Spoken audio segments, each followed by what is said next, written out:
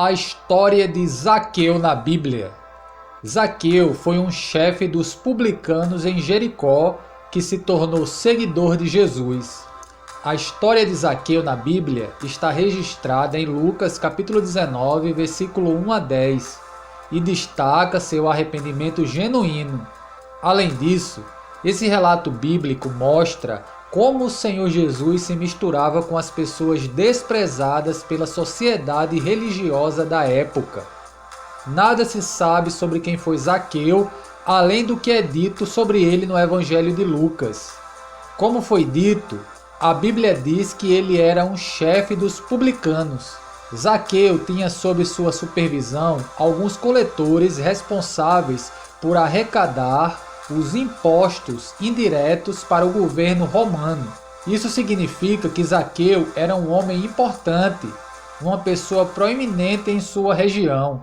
Zaqueu aparece na narrativa bíblica como alguém que estava muito desejoso de se encontrar com o Senhor Jesus. Quando ele ficou sabendo que Jesus estava passando por sua cidade, ele procurou vê-lo a qualquer custo. Mas o problema é que Zaqueu era de baixa estatura e por causa da multidão ele não conseguia ver o mestre. Então, sem se importar com sua posição social, ele subiu em uma figueira, sicômoro, para ver Jesus passar. Quando Jesus se aproximou de onde Zaqueu estava, logo lhe disse: Zaqueu, desce depressa, porque hoje me convém pousar em tua casa. Lucas capítulo 19, versículo 5.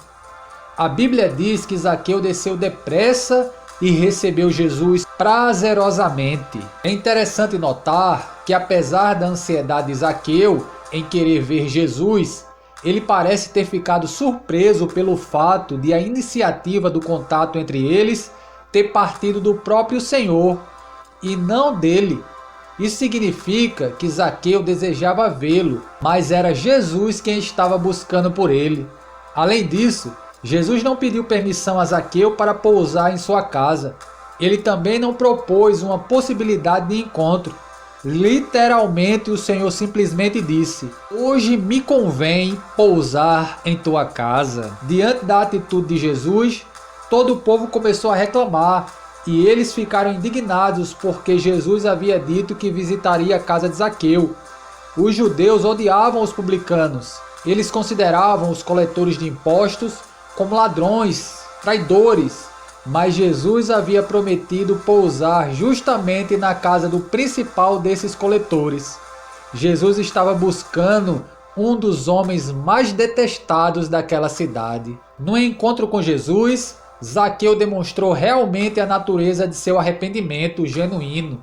Esse arrependimento não ficou apenas na teoria, ou se limitou a palavras vazias.